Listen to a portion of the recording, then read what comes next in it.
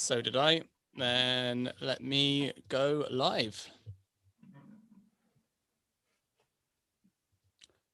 Awesome. Okay, James, welcome to the proverbial studio / shed, and welcome to everyone to this live recording of the Braincare podcast with Mr. James Nestor, who is a science journalist and the author of the brilliant book Breathe, published by Penguin, which was on my list for, I've got to be honest, most of 2020, and then I got round to it at the start of 2021, and I was pleased to know that it was definitely worth the wait, but slightly disappointed to learn that I actually should have got to it a little bit earlier because my daily life might have improved considerably leading up to that. So firstly, James, welcome to the show. Thanks a lot for having me. Do you get that feedback a lot, that once people have read it, they're like, I wish I'd have learned this stuff a bit earlier? Well, I had that feedback from myself when I first started researching this stuff is why did it take me, 30 years to learn how to breathe properly or learn that it's important to breathe properly or learn different breathing techniques to elicit different states. And I think that that's been the number one comment from people. A lot of them are pretty angry that, they hadn't gotten this information from their doctors during their regular checkups. Yeah, and actually, there's just so many notes that I took whilst I listened to books on Audible, and yours is one of the very few books, this does happen sometimes, where I write so many notes that in the end I'm like, this is ridiculous, I'm going to just buy the physical book. So double dip for Penguin, but the Audible and the physical book, but mostly because I ended up getting just frustrated with myself writing all the notes. So I'm looking forward to making sure that we get as much value as we possibly can for listeners in what ends up being quite a short period of time. So can you just start with a quick intro of what actually brought you to the world of breath work and what you were actually doing with most of your life before embarking on this journey? It wasn't one thing in particular. It was a number of things that kept accumulating over years and years. So I never thought I would be writing a book about breathing. What could be more boring, right? And when I first had this idea to write this book, my agent laughed at me and said, yeah, no, I think you got to try a little harder than that. And so years went by and I had various breathing issues. Growing up, I had breathing issues when, as an adult. I was eating all the right foods. I was exercising all the time, but I was getting sick all the time. I was getting pneumonia. I was getting bronchitis, not major, but the response to that was a pack of antibiotics, and which took care of the immediate problem, but it didn't take care of the core issue. So after that kept happening over years and years, I was finally introduced to free diving. I was sent on assignment to Greece to write about freedivers, and I saw what they could do with their breathing. And I thought, my God, what have we forgotten here about our most simple, most subtle biological function, and where else can it take us? And that's really what kicked off this idea for the book and convinced my agent at the beginning that it would be perhaps worthy of research. And ironically, where did it take you? It took you back to where you live. It took me all over the place. When you're writing a book about breathing, you don't imagine yourself in a laboratory surrounded by 300 pre-industrial skulls inspecting their teeth. That's just not the path where I thought I would be following for a book about human respiration. But as a journalist and as a curious person, I really wanted to get below the immediate surface of this story, many layers deep. And what I discovered was the real story was not 2 or 3 layers deep. It was about 10 layers deep, which is why the book proposal, that in nonfiction, you write a book proposal and you sell that proposal and you get a modicum of money to go out and write the book, is completely different than what the book ended up being. I had to throw out 6 months of research because I didn't realize that humans have become the worst breathers in the animal kingdom. And this is something that has happened to our anatomy. We are right out of the gate pretty host to be mouth breathers, to breathe too much, to suffer from snoring and sleep apnea. And our ancestors didn't have any of these problems. I just thought that story was fantastic for a number of reasons. First and foremost is because I'd never heard it before and so few people were talking about it. Yeah, so like I say, it's actually genuinely quite hard to know where to start because I get quite excited about the journey that you went on. So let's start with what are the consequences for well, what you've learned of the consequences for how we've learned to breathe. This was something I learned years ago is when I was talking to researchers. I'm in San Francisco, so I'm close to Stanford, spent a lot of time at their medical library talking with their researchers. And they're the ones who convinced me. They said, we are terrible breathers. I said, what does that mean? I've been breathing my whole life. I'm still alive. I'm doing fine. Everyone else who's alive right now is breathing. They said, just look around if you don't believe us. Look at the rates of asthma. Look at the rates of chronic sinusitis. Look at the rates of allergies. Look at how many people snore. Look at how many people suffer from sleep apnea. The majority of the population is suffering from some chronic respiratory issue.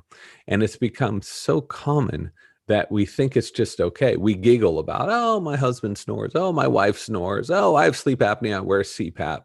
There's nothing normal about this. And these chronic respiratory issues are causing a whole laundry list of serious health problems, heart disease, diabetes is tied to breathing, mental health issues, and more.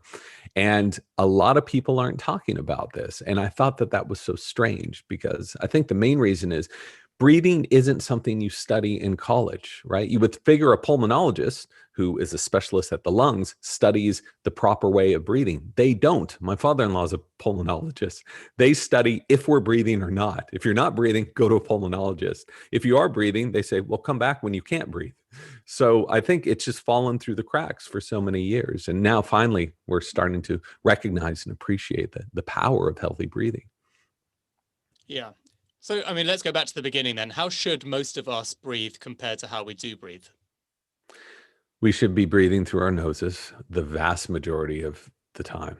And throughout night, while you're sleeping, you should be breathing through your nose. And about 60% of the population breathes through its mouth while it's sleeping. So that's a problem.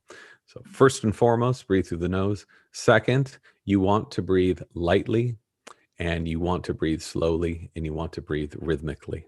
So that sounds harder than it actually is, but this is how your body is going to extract oxygen in the most efficient way. And you don't want to push it. A lot of us Westerners, we learn something new and then we go all the way into it. You hear about keto and you never eat a carb again. You're a vegan. You don't even think about dairy products, but breathing doesn't have to be like that. This should be something that it feels light and effortless. You shouldn't see someone breathing across the room. It should be almost imperceptible. That's what healthy breathing is. Yeah, that makes a lot of sense. And I think there's a moment in the book, isn't there, where you talk about mouth taping, and you talk about the various ways that people ultimately struggle to shut their mouth whilst they're sleeping, right? It actually sounds relatively easy, but more complicated than it sounds. So what is mouth taping, and how weird do you think people find it and their partners? I hope they find it very weird. I hope this sounds extremely sketchy because that was my exact position several years ago when I first heard about this. And I had the misfortune of then going on YouTube and looking for some elucidation. So don't ever go on YouTube for anything, everybody, especially not mouth taping. So after that, Especially not this live. Yeah. yeah, get off of YouTube, everybody. I didn't know we were broadcasting on YouTube. YouTube, I love you. Thank you. I'm there all the way. So back to work here. Mouth taping sounds sketchy. We've all seen, a lot of James Bond films. He's usually, has duct tape over his mouth. It is not pretty. It's not a good look. But at night, But very good for him. He looks great doing whatever. So, not so many of us are Daniel Craig. So for the rest of us, it's not a good look. But you know what's an even worse look is to have a bunch of cavities, and is to have your face grow in this very long profile.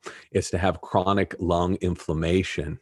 It's to be suffering from dysfunctional breathing every night of your life. And that's what happens when you're breathing through your mouth. So I talked to Dr. Ann Kearney down at Stanford, and she uses mouth tape. And that's what she told me years ago. I said, what are you talking about? She's like, yeah, I prescribe it to all my patients.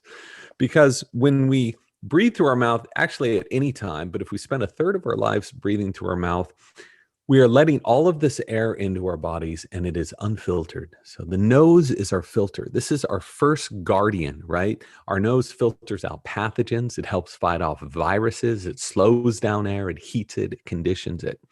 When we're breathing like that all night, it can have so many deleterious effects on our health. Nobody is arguing this, right? There's no controversy about it. But what do you do? A lot of people say, "Oh, when I'm unconscious, my muscles loosen, my mouth opens. What can I do about it?" You can wear a little piece of tape. I'm not saying that this is the right thing for everyone and it's going to cure you from every condition you have, but it's very easy. I found it incredibly beneficial. The data has shown that. And this is the one thing. The second most popular thing people have written me about, thousands and thousands of people have said, I no longer snore because I wear a teeny piece of tape in the middle of my lips.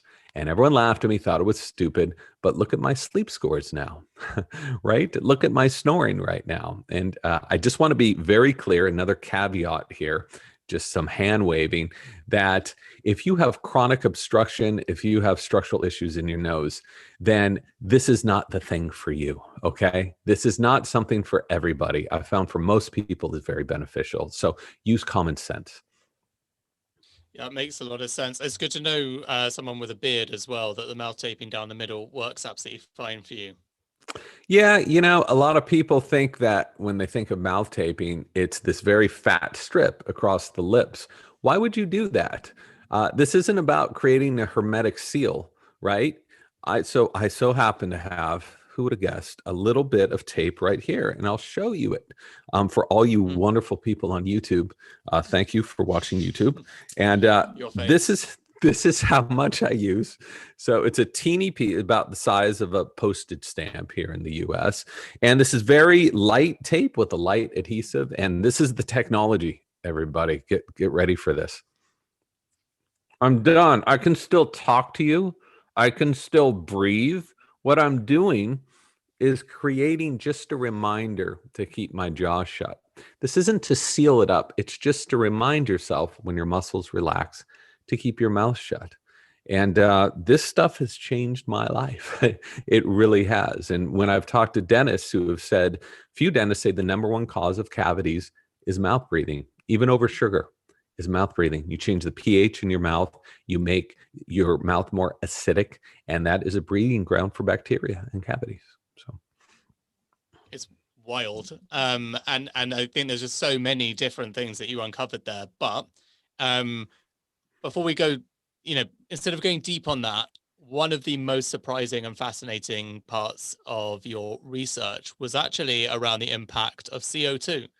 So we're naturally conditioned, obviously, to think that oxygen is good and CO2 is bad, broadly speaking. But in your research, you actually uncovered multiple anecdotes and stories to suggest that that's not necessarily a black and white argument. So can you share your experiences there? yes, so CO2 has gotten a bad rap, rightfully so, in the environment and the climate. So there's too much CO2 and it's causing global climate change. And if you believe otherwise, sorry, you're wrong, because the science is very clear on that. So we view CO2 But as, we are living on a flat Earth, just to be clear, because this is yes, YouTube. we're in the eighth dimension, in someone's mind right now. So nothing you were seeing is real, especially the YouTube interface that you were viewing this interview from. Exactly. Thank you for clarifying that. And don't get the vaccine because it has a microchip in it. So that's just another public service announcement. Precisely. I'm being tracked right now. So now that we've got those very important points out of the way, let's talk about CO2 and the fact that science has known that CO2 is essential for the human body for 120 years. Without CO2, we don't exist. So oxygen can only do its thing. It can only disassociate from hemoglobin into hungry cells in the presence of CO2. And when we don't have enough CO2, that oxygen delivery gets very difficult. So we actually enter a state of relative hypoxia by having too little CO2 in our bloodstreams. And you can experience this yourself, everybody. Here's a little self experiment. Why don't you take 20 very heavy breaths right now? I won't do it. I'll continue talking as you are taking those heavy breaths. You might feel some coldness in your fingers, in your toes. You're going to feel a lightness in your head. That is not from an increase of oxygen to those areas, but a decrease of CO2. So that is vasoconstriction. And when we breathe too much, when we hyperventilate, if you've done holotropic breath work, you'll feel all kinds of crazy things from hyperventilation. We offload too much CO2 and we make it harder for our bodies to get oxygen, to get fuel. And you can actually decrease the blood flow in your brain by 40% if you really hyperventilate, which is one of the reasons why some people can pass out while doing Wim Hof method or holotropic breath work. Which we'll come on to in the next episode. But I think there was a couple of insights from the research on CO2 as well. The sort of you touched on with therapy, with the the CO2 therapy sort of was a thing back in the day, and then sort of the research just stopped in the 1950s or so. Is that right? That's right. It was actually a thing in 1910, 1920s, and this was research that was not happening in a garage and in Phoenix, Arizona. This was at leading institutions, Harvard, Boston U, Yale. They were the ones doing this research, and they found it to be incredibly beneficial. And no one has disclaimed this science. That's what's so amazing is these huge discoveries come up. Fire trucks in the US at one time in major cities carried CO2 because it was so effective for victims of stroke and heart attacks and asphyxia. And no one disproved it. It's just they found what they thought was a better mousetrap, anesthesia, and they found other drugs. And so what's been very interesting, especially in the world of mental health, is all of these psychologists and neuropsychologists and researchers are rediscovering the benefits of increasing CO2 in people with asthma and panic and fear-based disorders, and finding it works incredibly well because of course it does. This has already been proven over decades, more than a century ago. So you can only find these stories so many times before you get frustrated. And it seemed like every single issue I was looking into, I was not looking for these for these specific subjects, this lost art being rediscovered, but every single thing I was researching was following this same arc, had the same story. Amazing. Okay, so before we got to wrap up this episode before we get into the next one, but what are your top 3 takeaways for people to learn about how they can improve their breathing techniques and enhance their lives through the power of breath on sort of an everyday basis? This is going to be so disappointing to you because it's going to be so simple, but sometimes simple things can be subtle and very useful. So the first thing is breathe out of your nose. If you can't breathe out of your nose, then you need to find a way of unplugging your nose and you need to breathe out of it. Some people need surgery. A lot of us just need to use our noses more. So that's number 1. I'm convinced now more than ever that you can't ever really be healthy unless you're an obligate nasal breather. So the second thing is to breathe slowly. We always think that more is more, but when it comes to breathing, less is more. And we got into a bit of the biochemistry of that. I could give you a whole laundry list of other reasons. And the third thing is breathing awareness. Throughout the day, notice your breathing. If you're like me, you're going to notice how dysfunctional it is the majority of the time. Once you become aware of it, then you can fix it and you can really celebrate in so many benefits to your mental health and physical health because of that. Amazing, James. Thank you. Look forward to having you on the next episode. Thanks a lot. Which magically is right now. So that was awesome. Everything that I wanted and more. But this next part is really the more exciting part from my point of view, and potentially yours. Don't know. Is there a particular aspect you prefer in breathwork? Let me ask you a quick logistical question. Am I rambling on too long? Do you want more specific answers? I'm not offended when people say shorten it up and get to the point. So no. This is perfect. Okay. Like people are scientifically interested in our community, so this is perfect. Yeah, and you can just nod. If I'm flitting about too much, I'm not offended when people Give me I'll give you that. the I'll close it, yeah, or you can flip me yeah, off. I mean, whatever you want. So yeah. I'll be like, no, you're yeah. doing great. This is perfect. Oh, I mean, like we want people to read the book as well. So this is like the perfect anecdotal amounts without spilling too many beans. Not only Um, read it, but listen to it as the good consumer that you were. I can't believe people would actually exactly. do that, but God bless you. Well, it only happens if like I say, I audible first everything. Hmm. And then it only happens if like I say, I've made too many notes that it's just becoming ridiculous, which is the case. So thanks for being interesting. And on that note, we'll go again. Okay. So welcome back Now, to the Braincare podcast. And oh, go on. no, I was just taking a little. I was gonna get a little water, but I I'll can. go for it. You can do that in silence. You're good. You're good. I can't though when the mic's this close. Anyway, You've nailed I'm it. all ready. Yeah. Have you done your voice exercises for the second half or? I chanted my mantra, and now I'm locked into my fourth Excellent. chakra, so I'm ready to roll. Good. You're a powerful and independent woman. You don't need no man, James. All good. All right. So, welcome back to the Braincare podcast. And our guest today is the brilliant science journalist and author of Breathe, James Nestor, who's going to share some of the more incredible things that he's learned that humans can do with the power of their breath. So, James, welcome back. Thanks for having me back. So I've recently become a real fan of breathwork and actually been doing a session on Clubhouse in our very own Braincare Club I was telling you about with conscious connected breathing. But my first ever personal foray into the weird and wonderful world of breathwork was actually with holotropic breathing. So I'd love to start the discussion there. What is holotropic breathing? Where does it come from? Where did you learn about it? What is it? And what does it Holotropic do? breath.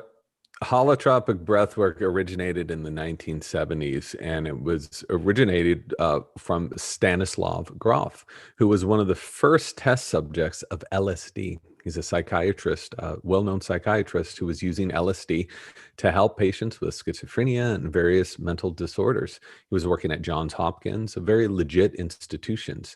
And LSD was made illegal in 1968, and he wanted to find something that would elicit the same reactions in his patients as LSD, but not get him thrown in prison. So he developed holotropic breathwork. And what holotropic breathwork is how it's traditionally been taught. I understand that there's different variations now, is you go into a room with a bunch of different people and they play very loud music. And for 3 hours, you breathe as hard as you possibly can and find your own rhythm. And during this process, Groff believed that many people will have a rebirthing experience. So you will be able to go through what he called the dark night of the soul and exit out the other side. If that sounds very mysterious and foreboding, it's because it is. Anyone who has done holotropic breath work for 3 hours very likely has had some very unique experiences doing that. And what was your experience? Well, I'm a pretty skeptical person by nature. But I Science was, journalist, got it. well, I have to. I don't want to believe something unless you can measure it, unless the science is there, unless there's data. Don't get me wrong. Hearing some cat at a hot tub say, "Hey man, I just went out of my mind on this breath work and got in touch with my past lives," and all that's super cool, but that does nothing for me or for my readers. So I want to look at what's really happening to your body and what's happening to your brain. And the group that I was able to join was less interested in that. And I am not diminishing that in any or demeaning it in any way. They were going for their own purposes. But it was curious to see that within a few minutes, some of these people were turning into wolves. Some people went back into their infant form and were yelling at their mothers, and they weren't breathing any different than you and I are breathing right now. So it brought to mind a few things for me. I said, well, how much of this is set and setting, right? How much of this is just suggestion and how much of it is science? So I did a deep dive into what the actual science is, what happens to your physiology when you breathe this much. And it turns out that when you actually participate in this activity, some huge transformations occur in your body and in your brain that would absolutely elicit these or help elicit these kind of mental breakthroughs. So that's what I spent my time focusing on, and that research continues. I'm going out to Johns Hopkins University to do some EEG studies in the holotropic breathwork because I can't find those studies anywhere. So I'm working with a couple of researchers that hope to find the real science behind what this stuff does and how it does it. That's awesome. Can't wait to see what you uncover as a fact beyond the experience. Now, you also talk about an ancient breathing technique high up in the Tibetan mountains, right? Used by monks for centuries as well. So I'd love to know a little more about what that is, what you learned about it, what it does, and also, a lovely story of that you tell in the book as well about the fascinating, rather ahead of her time French lady. So I just want to backtrack just for one quick second about holotropic. I want to be very clear. Just because we don't know how this thing is doing what it does doesn't mean it's not having an effect on people. It is an extremely effective therapy. And you can see that with Jimmy Ironman's work. It did what no other drug or nothing else can do. So I am a huge fan of it. I think for some people, it is so beneficial. I'm just more interested on the scientific side. And that's what I hope to do. And what I hope to be updating new versions of breath with is the science. And if I don't have it in the book, I'll have it on my website and elsewhere. So there are other breathing plus. And by breathing plus, I mean breathing exercises that are beyond just breathing slowly and breathing through your nose. These require more effort, but they can also have very significant effects on your body. Tumo is one of them. It's been around for thousands of years. The monks, Buddhist monks have used it. Hindus have used a version of Tumo for thousands and thousands of years. And what this is, it's called inner fire breathing. It's using the energy in your breath to heat your body up, to slow down your metabolism and yet heat your body up, which is supposed to be medically impossible if it weren't for the fact that Harvard researchers went out and measured these people doing this. And it does exactly what the ancients have said it does. And if you don't believe the Harvard researchers, you can look at Wim Hof, who is a new version of these Tumo monks, and he can sit in an ice bath for almost 2 hours, and not suffer from frostbite or hypothermia. It's supposed to be impossible until you actually do it. Yeah, I actually wanted to talk a little bit about Wim Hof, and obviously, he's one of the most recognized people in the breathwork world. Can you expand a little bit on what he's actually doing? So some of his methods, some of his accomplishments, and how some of that is actually explained through breath.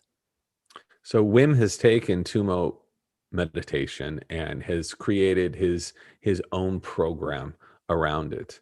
And before Wim Hof, actually, there was Alexandra David Neal. She was a Belgian French anarchist opera singer who went to Tibet for 14 years, Tibet and northern India, and discovered Tumo as well and wrote about it in the 1920s. Maurice Debar, a Frenchman who was born in 1931, still alive today, discovered this as well.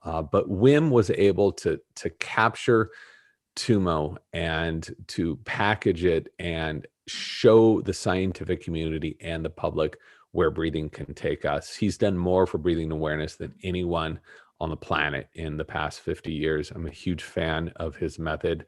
I know Wim, he's got a heart of gold, and I find that his breathing practices and his philosophy has been right on. He's helped innumerable people get over quote unquote incurable diseases. And yet there they are, measured improvement. And a lot of researchers are just continuing to scratch their heads because they don't know how it works, but we do know that it works.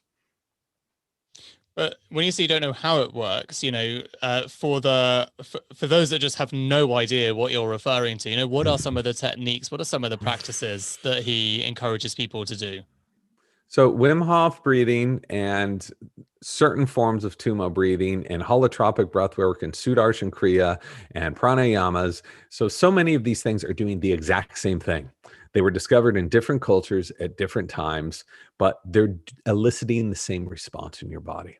So what they do is they have you breathe very hard for a while. For Wim Hof, it's 30 breaths, and then they have you breathe very slow, or they have you hold your breath for a certain amount of time, all the way on, all the way off.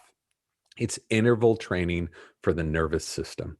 What this does is it teaches you how to elicit sympathetic stress, fight or flight stress, and it also teaches you how to turn it off, and it conditions your body to be flexible for that stress. So you can call it whatever you want, but the end result is the same. And we know this to be incredibly effective for treating people with autoimmune diseases who have nervous system dysfunctions and immune system dysfunctions. And it helps balance their bodies because so many autoimmune diseases have been tied to chronic low-grade stress. The body is stressed for so long, it can keep up with that for a while, and finally it breaks down. And that's what these breathing techniques really can help us do. So you can pick your flavor, but at the end of the road, you're going to be getting the same benefits across so many of them. And ultimately, like you say, it just boils down to essentially doing the opposite of what actually makes sense, right? It's literally starving yourself of a normal human experience, which is why I think when you call it breathing plus, you know, it it's not for the faint-hearted, so to speak. It might be good for your faint heart, who knows? But ultimately, it's not something that you just sort of embark on casually, right? It's something that actually takes a lot of effort, energy, work, concentration, some good desire. Slightly different to, for example, nasal breathing or breathing from your diaphragm and all of those types of things. You have to, I guess, have quite a deep, curious mind to want to go there. Sure, it starts with a robe, and then the beads come in, and then a lot of turquoise. So then sandals wherever you go, especially in airports. So if you start with those things, then these breathing plus breathwork techniques tend to go a lot easier. No, I'm joking, people. You don't need any of that stuff. You can do some of these practices 5 minutes a day. You will get a benefit from 5 minutes a day. If you want to bump that up to 20 minutes, you will get an even more profound reaction from it. So it does not take a lot of time. This is not wearing special clothes. It's not looking at a deity or at Buddha in a small room. This is something that you can carry with you wherever you go. You can practice wherever you go. And that's what I like about it. It's not a religion. It's not a philosophy. You are understanding how your body works.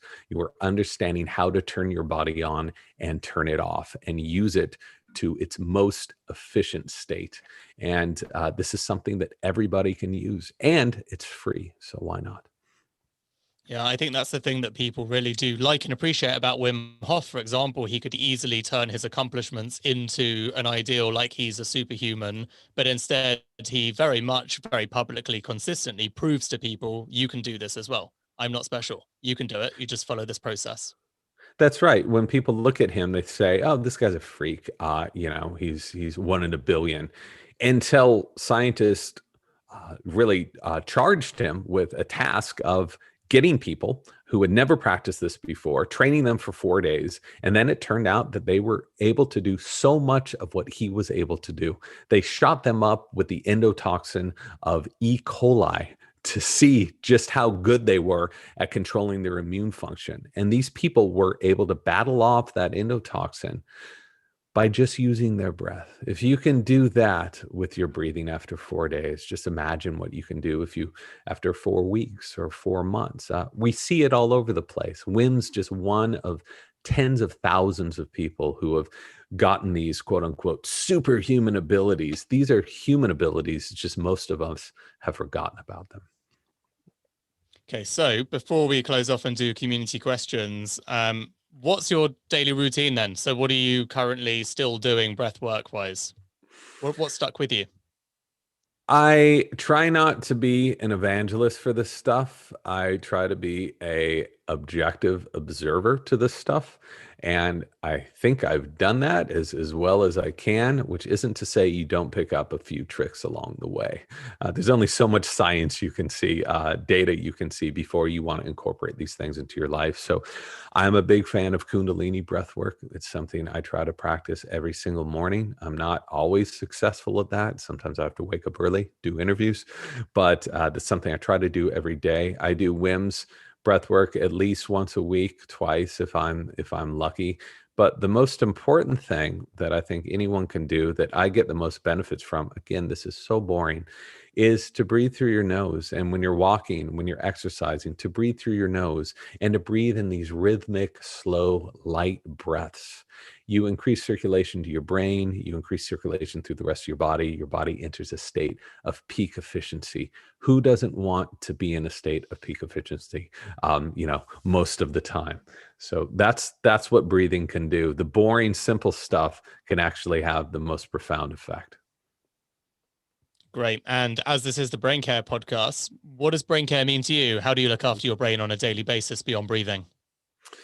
I think brain care means awareness that we have this incredible organ in our heads. And so few of us realize that we can hack into it in different ways that don't require drugs, that food is absolutely very helpful for the brain. Supplements are very helpful for the brain. But where do we get most of our energy? We get most of our energy from our breath, not from food. And so if you think about it that way, you can hold your breath for 2 minutes and see what happens to your brain. You need a steady supply of this stuff to fuel your brain. And how you get that air, how you inhale it and exhale it will really make a huge difference on how you're able to focus and think. Awesome. Thank you, James. Been a pleasure. Thanks a lot for having So, me. community questions. There's loads, so I'll pick and choose. Okay, so I'm going to go from here. Has James looked into any past or ongoing research into pranayama, yogic breathing? And does James practice yoga? I think that Kundalini reference is a sign that you certainly do, but I'll let you answer. There are, I think, tens of thousands of studies looking at yogic breathing and pranayama. You can look at the National Institute of Health website. These studies are available for free on there. Put in pranayama or yogic breath work and you'll see it. So it's not really controversial whether or not this stuff works. These studies have been done at Harvard. They've been done at Yale. They've been done at Stanford. So we know it works. It's just, how do you disseminate this, right? How do you explain it and get other people to actually do it? I think that's been the challenge. So I'm a huge fan of yoga. I think the original yoga is even more appealing to me. A lot of us don't realize, I certainly didn't know that vinyasa flow that we've been doing for so many years, that we've been told by instructors is an ancient form of yoga. That's been around for 100 years. So the original yoga was sitting in one place, holding a pose and breathing, period. That's what it was. This was a technology of breath. So there's so many different pranayama exercises I'm a huge fan of. I really have been enjoying Kundalini lately for the clarity of mind it gives me. Before not that you asked, but telling you, before the first lockdown, I became obsessed with Kundalini yoga. I'd never done it in my life, and then I sort of discovered it, and I went every single week. And if I didn't go, I got into like quite a bad mood, not because it caused a bad mood, but because I was like, ugh. And sadly, not done it since. I tried once on Instagram with an instructor, like in my home, and I just felt like a knob, basically. So I stopped, because obviously it's ridiculous, but that was kind of what I really enjoyed about it. It's so completely over the top absurd that it helps to be with other people. It's quite funny and serious all at the same time, and everyone's having a slightly different experience, but it is obviously completely bonkers. And that was like half of my enjoyment out of it, and it felt a bit too much doing it on my own in my living room. So I look forward to going back and doing that in the real world. I'm already a knob, so that ship has sailed for me. But I've noticed that the real San Francisco. challenge, the real challenge of Kundalini is if you have a dog, because the second you start breathing that way, they get so excited, like it's playtime. So I had to actually, I have to take my dog and put the poor thing outside while I'm practicing this. It does feel weird doing it alone, but if you just close your eyes, I've noticed that you can sail away and be much less inhibited that way as well. And I don't do a very long practice. I try to do 20 minutes in the morning when I can, and I've really gotten what I think are a lot of benefits from it. Awesome. Okay. Question from Rebo. What does James think about belly versus chest breathing? Well, go into the animal kingdom. Let's just pretend we're walking around a wild area, and every animal you will see breathes into its belly, right? Look at a dog sleeping. Look how it's breathing. Look at an infant before it learns to walk and adopt the habits of adults, always breathing in its belly. This is the natural way of breathing. We have become a culture of chest breathers because we're stressed out, because we're wearing tight clothes, because we're hunched over like this, right? That is not an efficient way to breathe. If you're breathing through your chest, you have to take in more breaths to get less air. We get about 50%. We use 50% of our breath when we're breathing into our chest at a rate of about 18 breaths per minute. When we breathe slowly, deeply, lightly into our bellies, we can use 85% of that air. So a 35% increase. Do you want that? I want that, especially if you're working out. You can see what a huge difference this makes. Got it. Thank you. I could Question have from just said Lucy. belly What and is left it at, I could have just said belly, leave it at there. Nah, Next. people would be I'm going to do disappointed if you one. just did that. There's going to be one word answers. I feel like One I'm word rambling answer. on too long. Yeah. Just yes or no. No, do it. We're here for the detail. So, question from Lucy. What's your advice on the best way to help young people access the value of breath work to alleviate stress and mental health issues? I have Really found, tough and one to I've, just give a one word answer. yes. I have found, and I've spoken to many kids actually, who would have thought, and I'm doing a lot of talks for school teachers, that kids can be very vain. They don't care about their health, but they care about how they look. If you keep your mouth open when you're young, if you are a mouth breather, your face will develop to be very long. Your chin will move back, okay? And you will make it harder for yourself to breathe in the future. This is so common, it's called adenoid face. When kids get inflamed adenoids and they open their mouth like this, and their face grows in this pattern. And you can see this pattern all over the place right now. So I've found that is, as crazy as it sounds, the most effective way. It's how do you want to look later on in life? Do you want to look like with this open mouth, very silly and kind of stupid? Or do you want to close your mouth and have a much better facial profile, which is actually a much more functional profile? Once you hook them with that, then you can get into why it's so effective before a test, why it's so effective out on the pitch when you're playing around with your friends, all of the other benefits. But I would say speak to their vanity first. For younger kids, they'll just like the feeling of different breathing techniques. So they're a little easier to convince. Got it. Makes sense. Okay, question from Vanessa. Is it true that men and women breathe differently? They do. It depends. I'm not going to say, be a total stereotype here, but women No, have you're not going to smaller, say they do.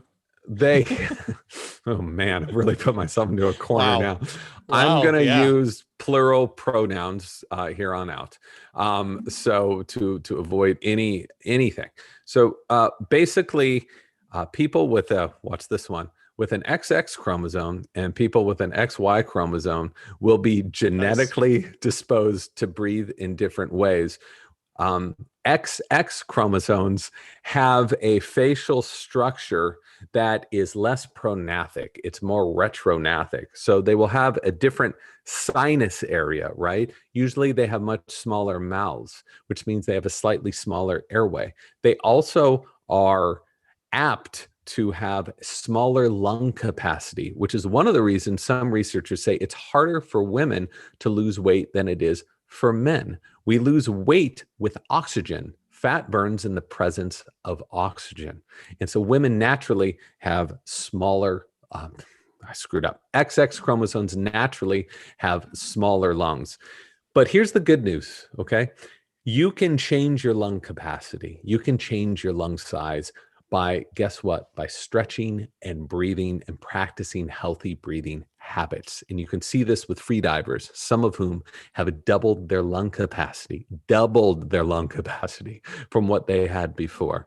So that sounds impossible. And then go look at the chests of some of these free divers and you'll see how possible it is. So just because we are set with a certain chromosomes or a certain genetic pattern does not mean our health is set to that chromosomal pattern.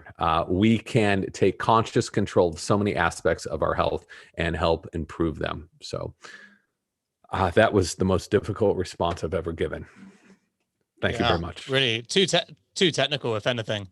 Of course, no one knows what a chromosome is, so you've completely buggered it up. Right, question from Of course Elaine. they do. People in England know what a chromosome is. Of course. No, we only just recently got the chromosome last week. That's right. So anyway, Elaine says, an interesting question, actually. I'm sure you've been asked it before, but does all the mask wearing that's mandated now affect our ability to breathe properly? And are we able to take in enough oxygen this way?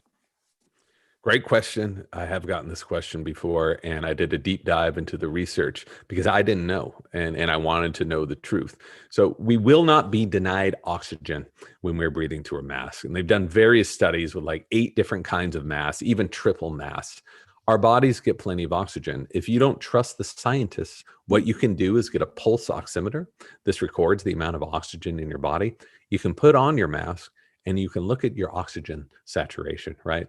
It won't move. And in some cases, it might even go up because what you're responding to when you're wearing a mask isn't a decrease of oxygenation. It's an increase of that magical molecule, CO2. And for many people, that slight increase of CO2 is a powerful vasodilator. It can actually help increase oxygenation throughout the body.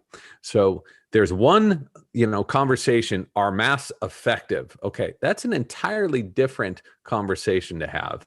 But do masks inhibit oxygenation of the body? They do not. I mean, surgeons wear masks for 30 years and they're not suffering from hypoxia. It's a very good comparison. I didn't even think about that, but yeah, very fair. Although doctors are usually the unhealthiest people around, right? So you'd be surprised. Good to know that it's fine. You would be surprised on that one. Several of them have reached out to me and said just that, because they're working their asses off, right? They don't have time to sit home and make a kale salad every day. They need to save people's lives. So there's 2 doctors in my family. If you'll notice how careful I am talking about doctors, that's one of the reasons. Beyond that, I greatly respect that profession. So go doctors. Keep watching YouTube, doctors. Obviously. Yeah, exactly. Just don't watch the next video recommended, just in case. Okay, unless it's on the flat Susan. Earth, then watch that. Of course, that's the truth. That's different. Exactly. Sorry, Susan. We interrupted you. Susan. Yes. Yeah, Susan. Another conspiracy theorist that she saw you speaking with was Russell Brand, and found his experience with deep diving fascinating. Does he have any advice for how to get started with it? He being Russell you in Brand, this case, I think. Russell Brand can so effortlessly talk about anything, and that is a real skill. That conversation with him was such a trip in all the best ways. First and foremost, because he was surrounded by plants, which I thought is so much better than books, but also because he's a genuinely curious person. I mean, he really is. That's not an act. So I was thrilled to be able to talk about another passion in my life, which is freediving and the ocean. So I spend as much time as I possibly can in the ocean. Here in San Francisco, that means a very cold and windy ocean. It's still the ocean. So freediving is the act of holding your breath and using your two lungs as your scuba tank and exploring the underwater universe through your own breath hold. And a lot of people say that sounds sketchy. Oh, you can only stay down for 10 seconds. Once you learn how to do this, anyone can stay down for a few minutes. And when you do it, you become really a part of the underwater environment because you're silent. You don't have scuba. And all of the animals accept you as one of them. And it is so completely psychedelic and incredible to belong to another part of the world that so few of us get access to. And it's one of my favorite things in the whole world to do is to free dive. And how long can you hold your breath underwater now? Well, I am a responsible person, so I do not pay attention to how long I can hold my breath. I'm Hmm. not looking at my watch. I'm But you're listening a to my science body. journalist. Don't you want to quantify I'm things? I'm quantifying things with the best computer in the whole universe, and it is the human brain. And instead of challenging my ego and seeing how long I can stay under the water, I am just going under the water until I feel slightly uncomfortable. Why do I want to feel uncomfortable, especially when I'm 40, 50 feet under the water? I don't want to feel uncomfortable. I want to come back up and I want to get a breath of air and I want to make this activity like a meditation. This is like a yoga. There's no gravity down there. Past 30 feet, there's no gravity. Instead of being pulled up to the surface, you just kind of sit there in this zone. And then when you go lower, the ocean starts gently taking you lower instead of taking you higher. So this is something you have to completely submit to. It is a forced meditation. You can't do it when you're stressed. So, I learned all of these tricks from some of the best free divers in the world. I was lucky enough to learn from them. And they said, put your watch away and listen to your body. I think that that's very good advice because some people see Jeremy Neary free diving for 5 minutes at a time, going down to 300 feet. They want to do that. That guy is a soul swimmer first and foremost, which is how he can do that. So don't be competitive. Don't compete with freediving. You wouldn't compete with yoga unless you were in a really hot class and wanted to look cool in front of people. But that's a bad idea anyway. So this is not something that should be a competition. It's something that you should do for your own edification and your own practice and listen to yourself and not your watch. Yeah, you don't want to turn into the Bikram of the free diving scene. So don't worry, we'll keep you away from that. People get hurt freediving because they're constantly pushing it and constantly. And I just think that's a bad idea. Are there going to be competitive yoga, competitions? How far can you bend your leg before it breaks? Maybe this is a great new idea, but I would never watch that garbage. That sounds stupid. So, accept freediving as a natural, very peaceful thing. Man, you got me on the soapbox today, but there you go. You asked the question. I got to give you the answer. That is my job. So, a last one, because I want to obviously respect your time. You've got lots of Kundalini breathing to still get on with this morning. So, a question from Forrest, which is, can James share his own journey to better health through proper breathing? Because actually, you didn't touch on that specifically here yet. I try not to because I don't like when authors put themselves into their stories too much. I tried to stay out of this book as much as possible. I had to pop in here and there just to do some hand holding for readers through some difficult stretches. But, it changed my life. It absolutely transformed my health. And I thought I had my food locked in. I pay attention to what I eat. I exercise all the time, all of that. But I wasn't breathing right. We get most of our energy for breath, as I mentioned. If we're doing something wrong 25,000 times a day, just guess what's going to happen, right? It's going to wear our bodies down. So once I was able to understand that breathing wasn't binary, that there were many different ways of doing it, I was able to get my breathing in order. I'm not the best breather in the world at all. I'm not a breathing therapist. I'm not the one teaching these classes on how to breathe better. I'm the one trying to provide the information and the science and the story behind it. So it changed my life. I haven't had pneumonia or bronchitis. I haven't had a stuffed nose since I discovered this stuff. What does my own experience mean to you? Zero. That's why I want to keep that story very, very small. I want to focus on the science and things that can benefit everybody, not just what's benefited me. But to answer your question, once again, I should have just said at the beginning, yes. Perfect way to end. And James, it's been a massive pleasure. I'll end with one simple word myself too, which is breath. I second that. And like that, it is over.